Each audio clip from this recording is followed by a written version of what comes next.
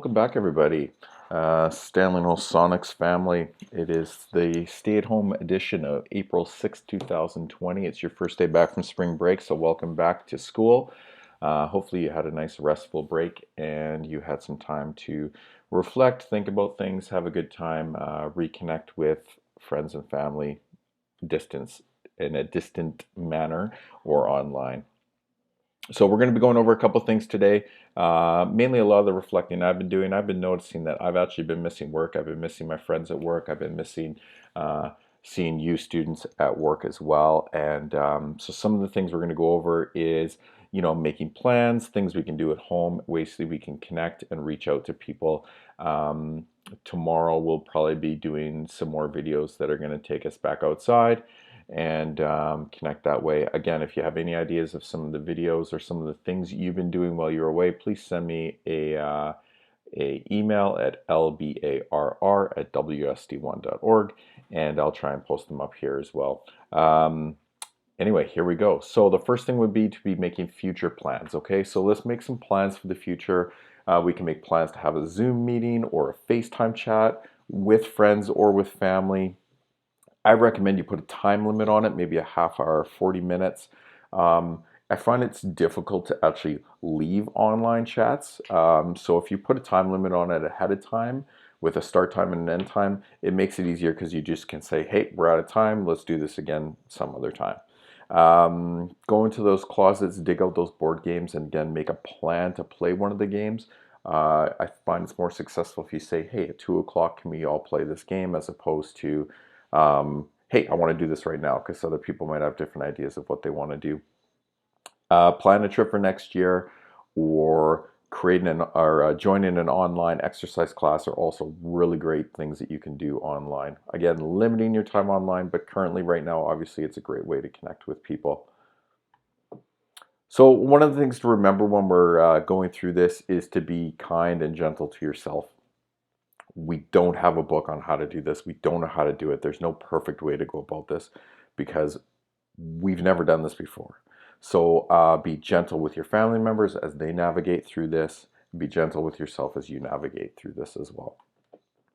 Now, when you are talking with family and you're chatting with them, it's okay to check in often, see how people are doing, and the key here is validate feelings. Again, there's no book on this. If you're having a hard time, or if you know someone else is having a hard time or a great time, validate that feeling, okay? We really want to make sure that if someone says, I'm feeling sad, to say, I'm really sorry you're feeling sad about this. Not, we don't want to be going into situations where like, well, you got no reason to feel sad. We really want to make sure we're validating the feelings, we're hearing people out and we're listening to them. One of the best things we can do is just listen to people and hear them out. We're not necessarily trying to fix or change how they're feeling.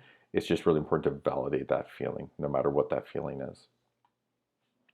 Connecting with others virtually, this is something I'm learning how to do. I've not been a huge proponent of this in the past, but it's really important, and I would really recommend that you definitely reach out to people who are living alone, grandparents, anyone that's living on their own. Please reach out to them, see what you can do to help them out.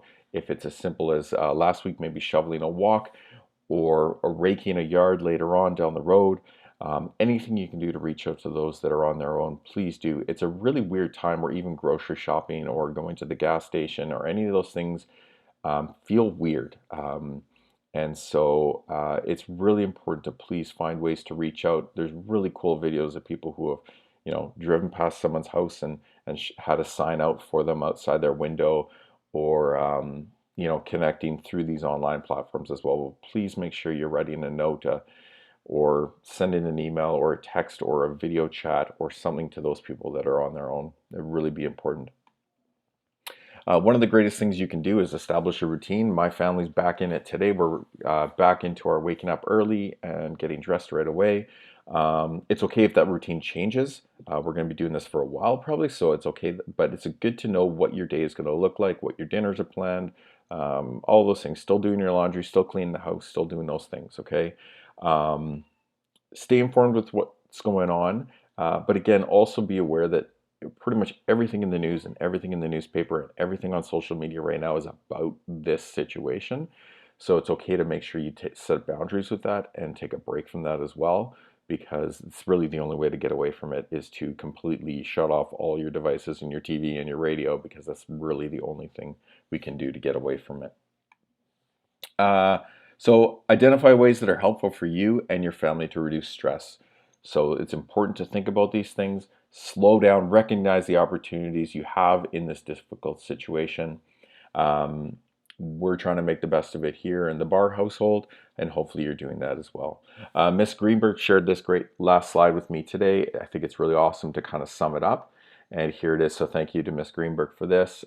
Here's a mental health reminder. So again, sort of what we've talked about before is getting dressed. Even if it's your comfy clothes, it'll help you feel more productive and less in a rut.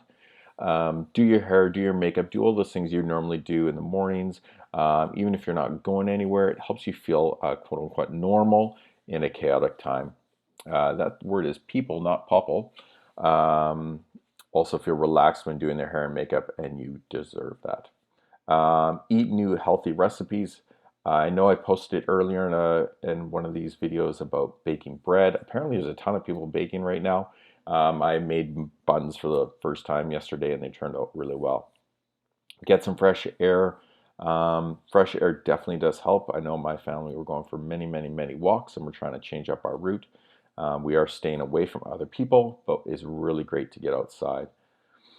Be creative, try new things, new activities. Many people are trying to learn a new musical instrument. Many people are trying to draw certain things. Mo Willems from this series, Don't Let the Pigeon Drive the Bus, is a kid's book. I know he's doing a doodle series on YouTube every single day.